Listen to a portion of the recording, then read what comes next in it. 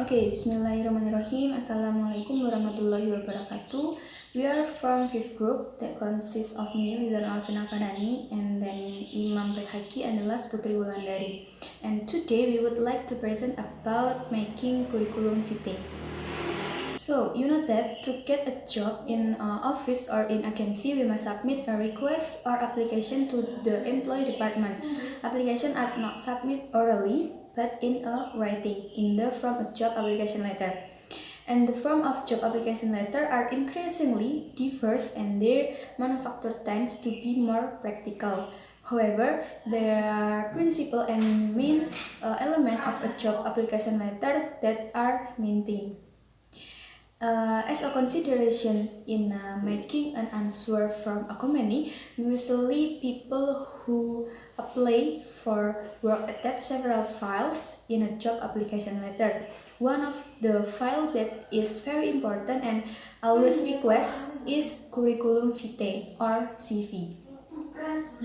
The definition of curriculum vitae or CV is an important document that contains a personal history or curriculum vitae, such as personal data, professional or work experience, academic or non-academic achievement, hobbies, skill, and so on.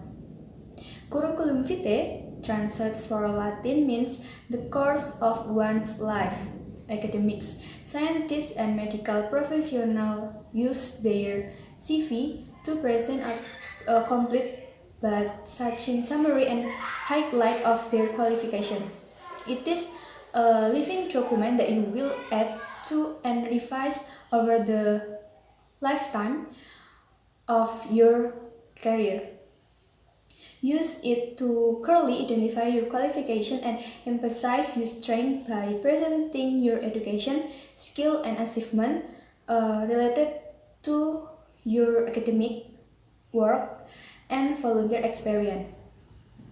Curriculum vitae or CV or resume is a picture of yourself. A CV is the first thing employers see in an application when applying for a job.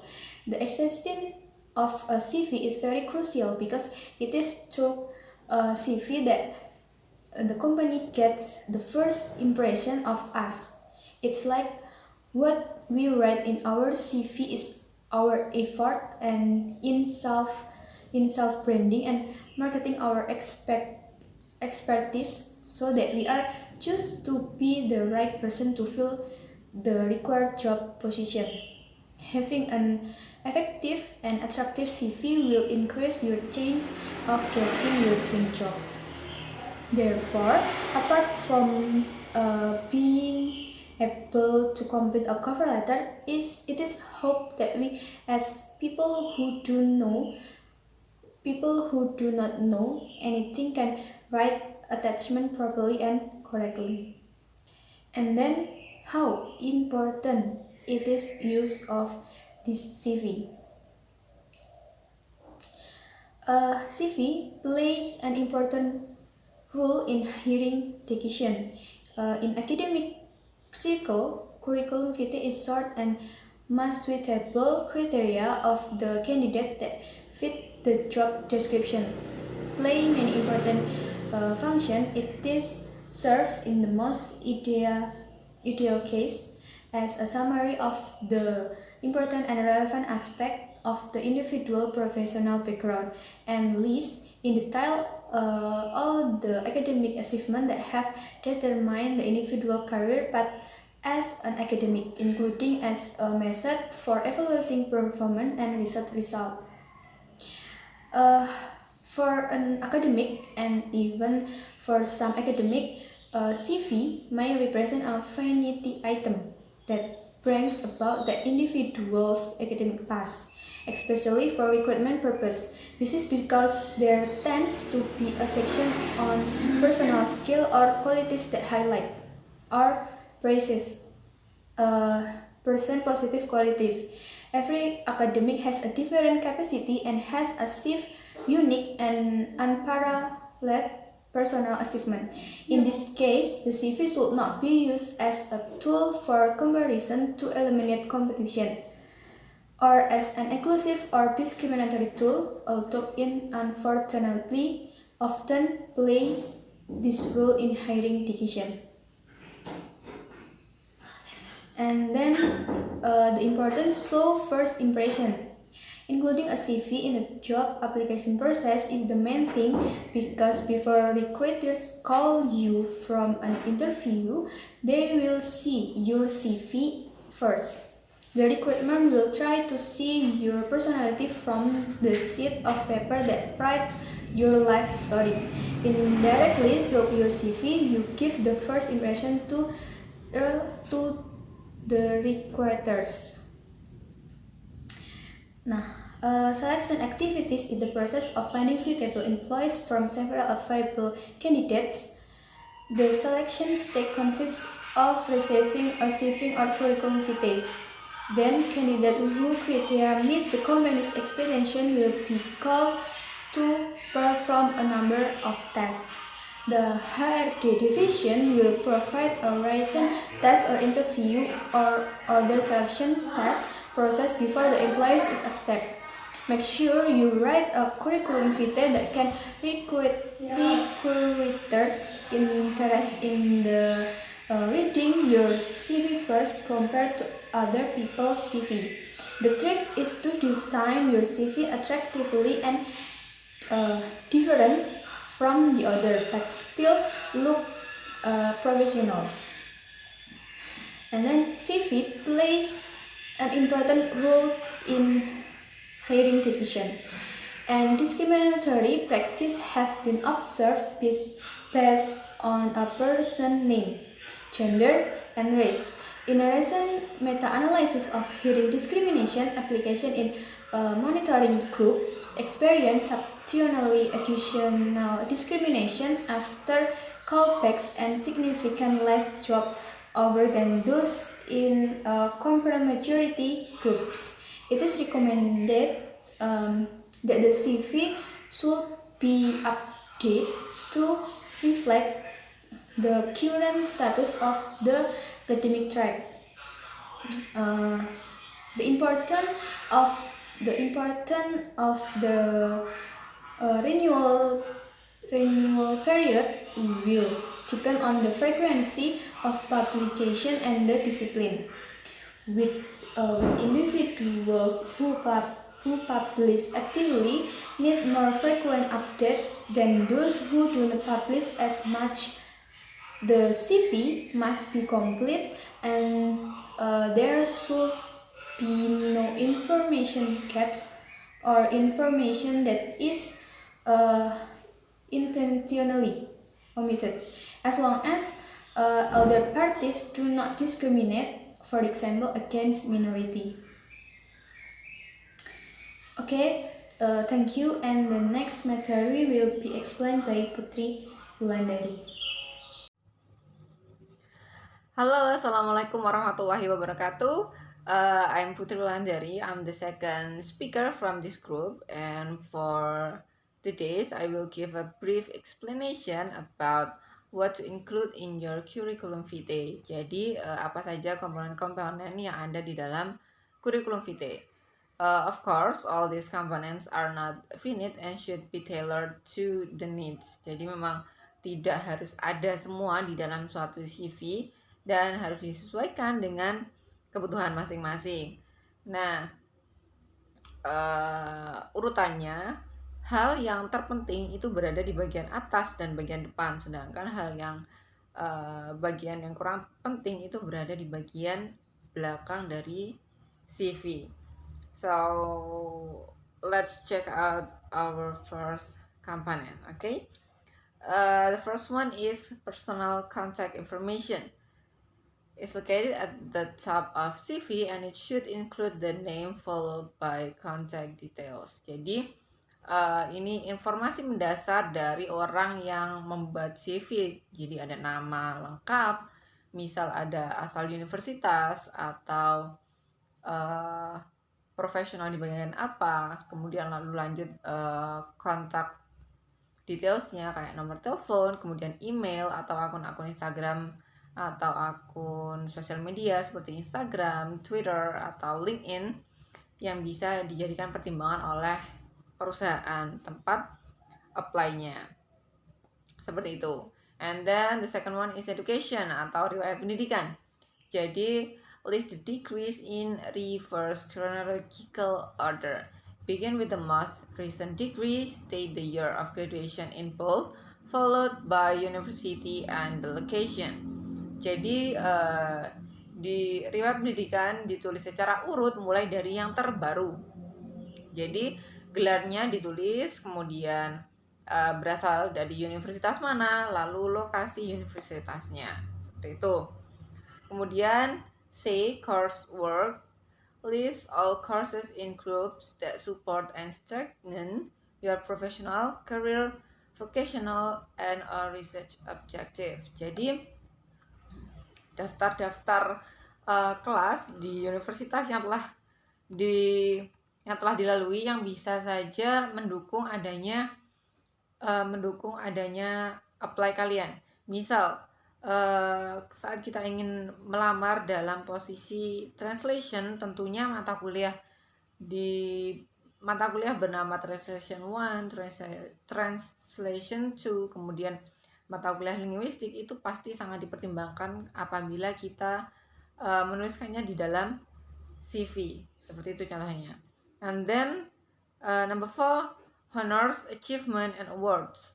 Of course, pencapaian apapun yang telah kita capai harus kita tulis dalam CV, tentunya yang bisa diukur tingkatnya dan lain-lain. List and briefly describe all special recognition you have received, including study group participation, community and institutional service, departmental award, athletic award, and our list, scholarship, fellowships, community awards, professional awards, etc. Jadi apapun pencapaian yang bisa mendukung dalam kurikulum vitae kita sesuai apa yang kita apply itu bisa kita tulis, kayak studi group, grup belajar, kemudian community service, kemudian nanti misal penghargaan di kampus, penghargaan lomba apa, kemudian beasiswa atau penghargaan profesional dan lain-lain.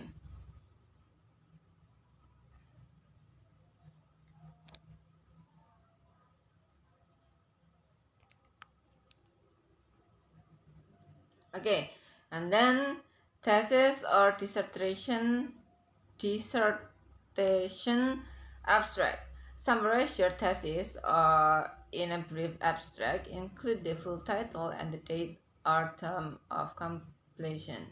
Jadi kita bisa menuliskan summary atau rangkuman dari tesis atau tugas akhir yang telah kita buat dalam suatu abstrak. Nah, dalam suatu abstrak ini juga ditulis judulnya, kemudian tanggal tesis ini disahkan. Kemudian research experience, provide detailed description of your research and laboratory experience. Jadi kita harus memberikan list atau deskripsi yang detail mengenai apa saja penelitian yang telah kita lakukan. Kemudian teaching interest and experience. Jadi describe only those teaching interest and experience that can be documented. Misal bentuk-bentuk internship atau magang yang telah kita lakukan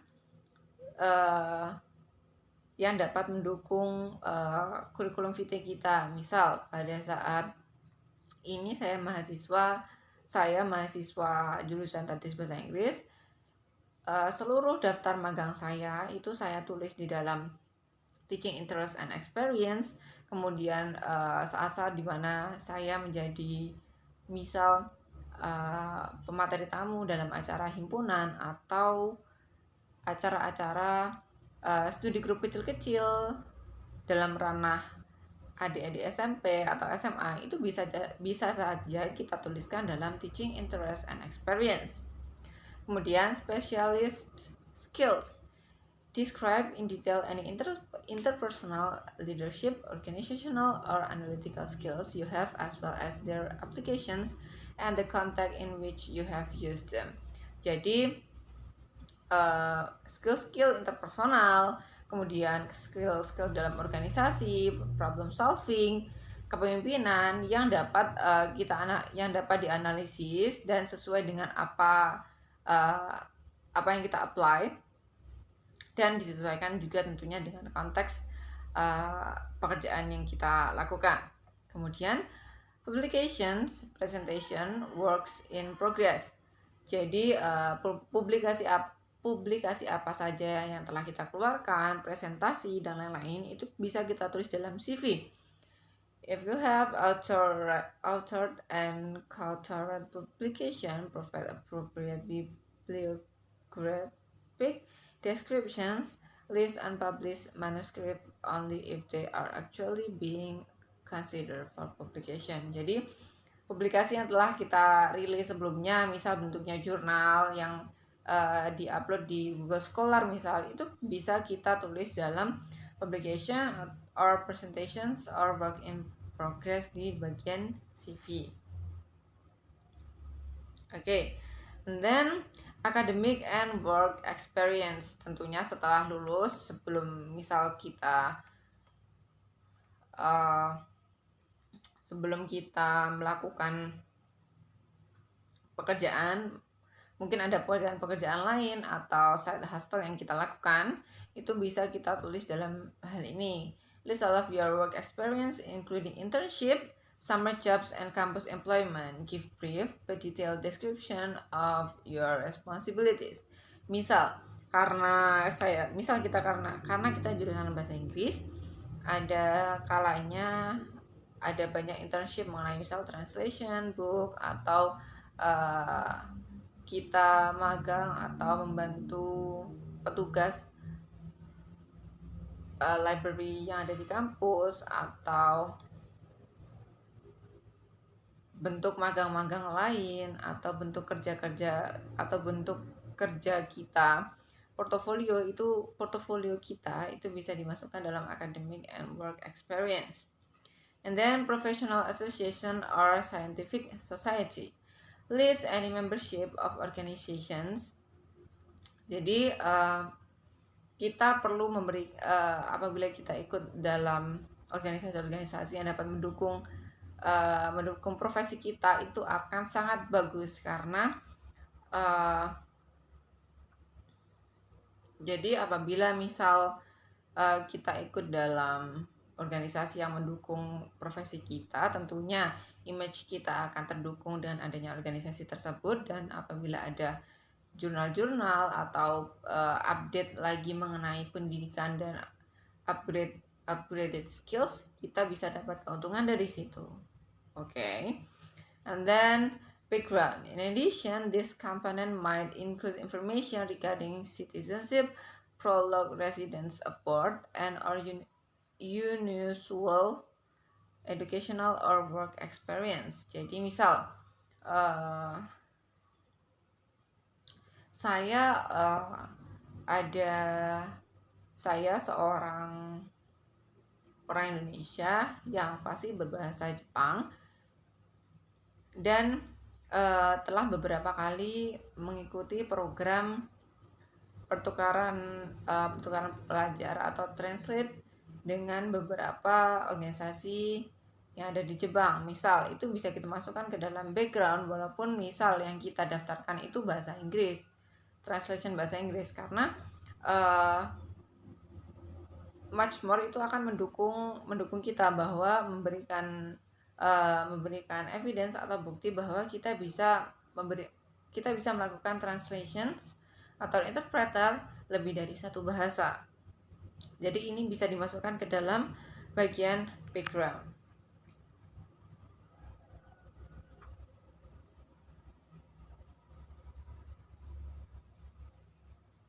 Okay, community service. This component include volunteer work, contribution to a community, and or membership on university-wide committee. Jadi pekerjaan-pekerjaan yang kita lakukan secara sukarela, kita saling membantu, atau misal ada kegiatan galang dana, itu bisa kita masukkan ke dalam community service. And then co-curricular activity. Jadi list and describe campus program and activities in which you have been an active participant, such as student government, athletics, and another. Jadi contohnya misal pada saat saya sebagai mahasiswa, saya ikut juga aktif dalam kegiatan relawan, which is community service, and then saya juga ikut dalam himpunan mahasiswa.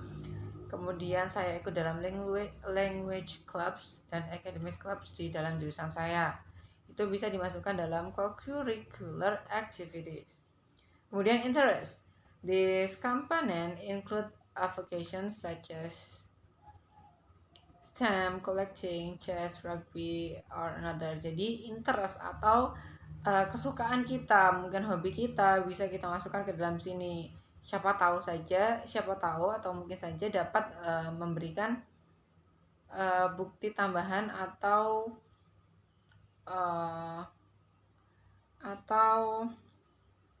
brief yang bagus terhadap kurikulum vitae kita.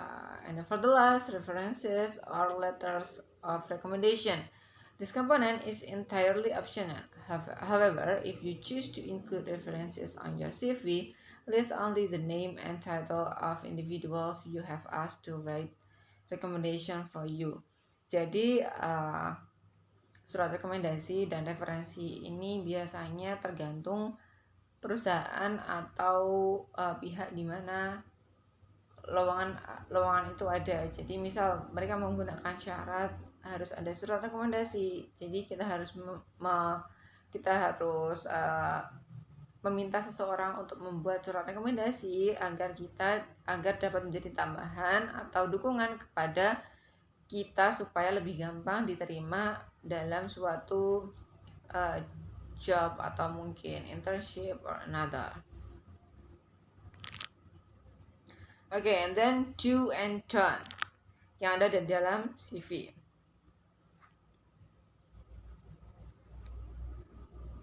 The first one is choose.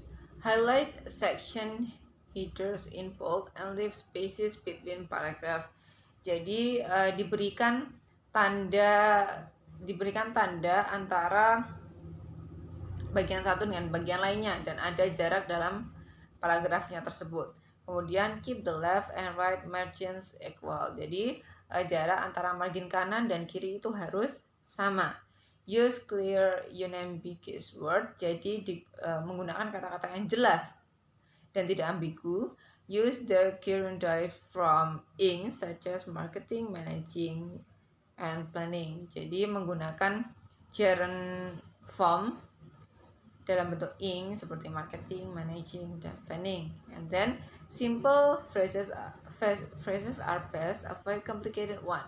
Jadi menggunakan frasa yang pendek-pendek saja, singkat, padat, dan jelas. And then use parallel phrases, jadi menggunakan frasa paralel. Use tenses in past, jadi menggunakan beberapa bentuk past karena memang seperti contohnya riwayat pendidikan atau pengalaman mengajar itu kan pasti hal yang sudah kita lalui dan lampau bentuknya. Kemudian use dynamic and action verbs such as accomplish, conducted, established, facilitated, and another. Jadi menggunakan action verb, kata-kata yang menunjukkan adanya action atau aksi.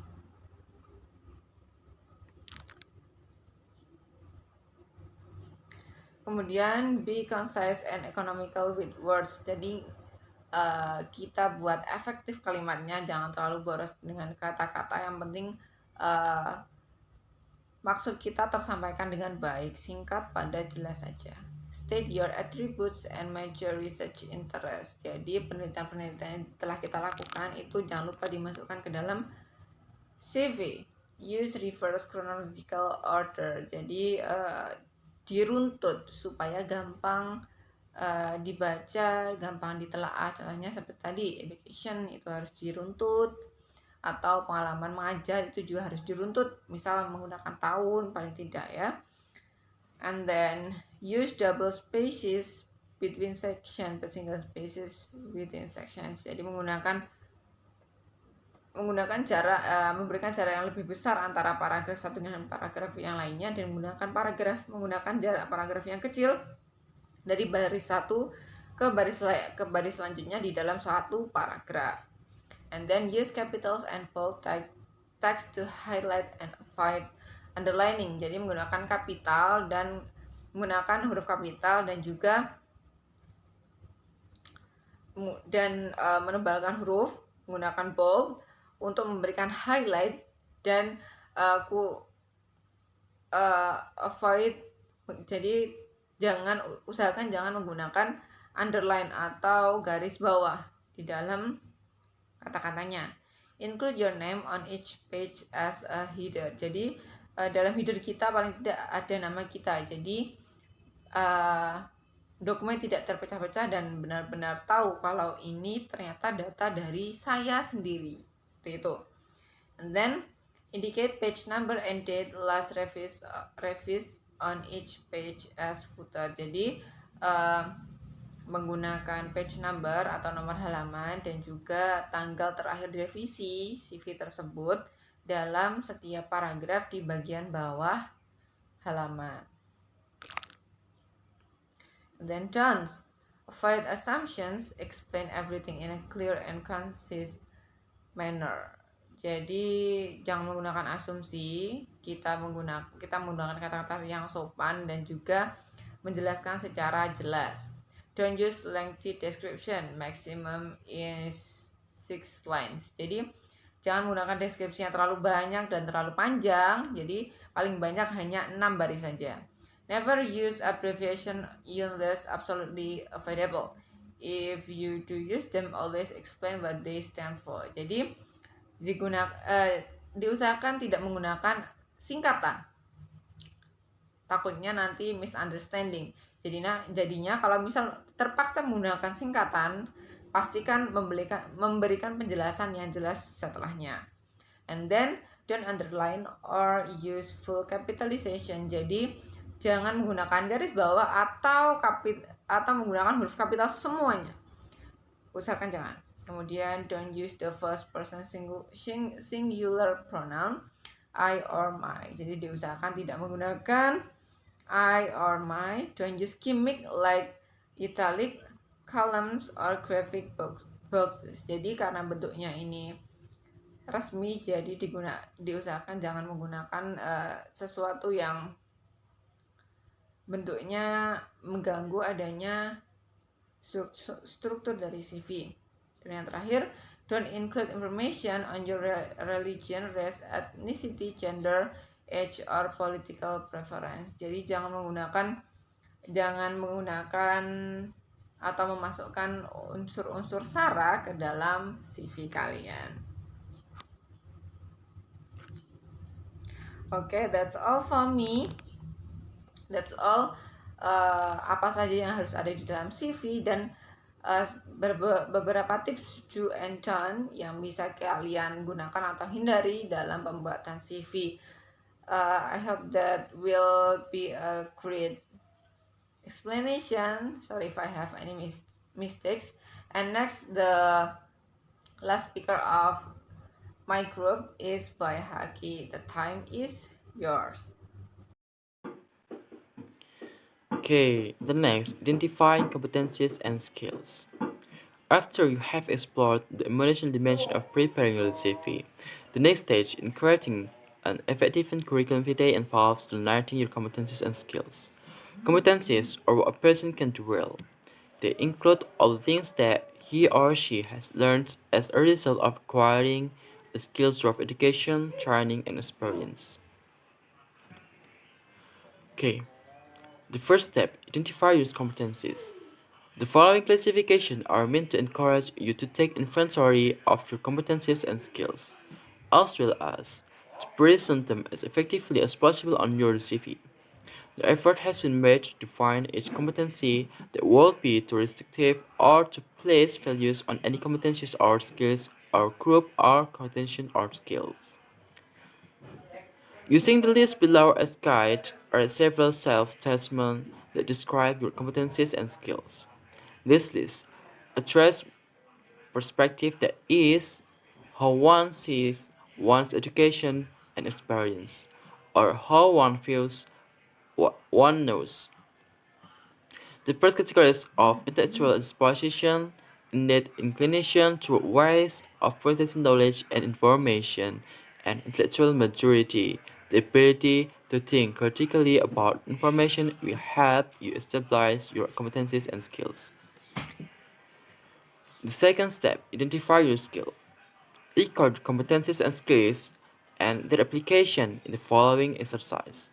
Don't be concerned about the way they may appear on your CV. The objective here is to generate as much information about yourself as possible. Use the list below as preliminary guidelines for delineating your competencies and skills. A competency can be defined as that which you know as a result of your education and training.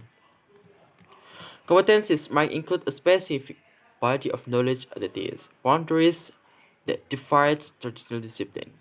For example, accounting, communication, economics, humanities, language, mathematics, natural sciences, physical sciences, quantitative reasoning, social sciences.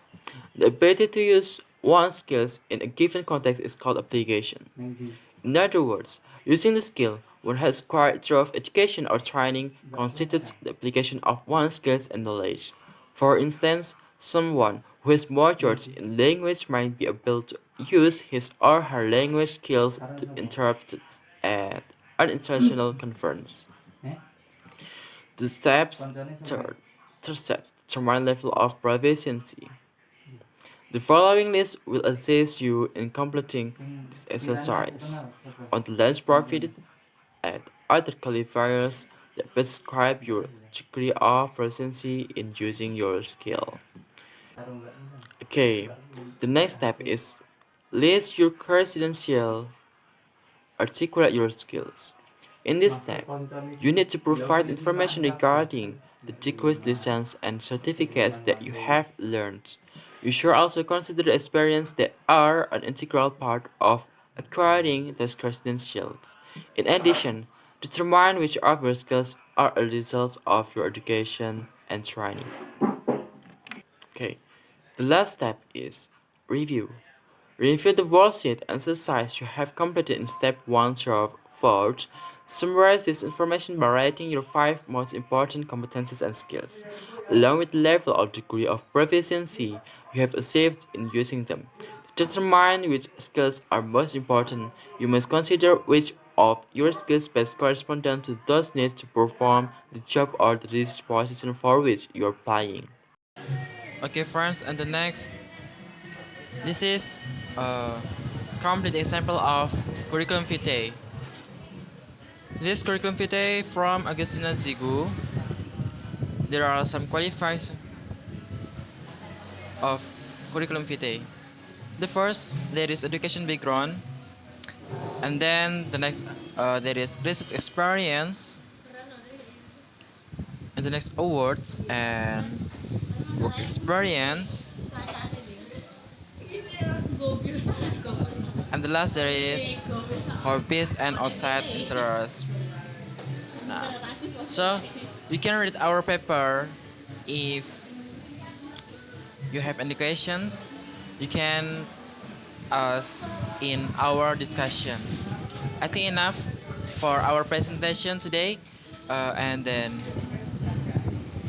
I'm sorry for any mistakes. Thank you. Wassalamualaikum warahmatullahi wabarakatuh.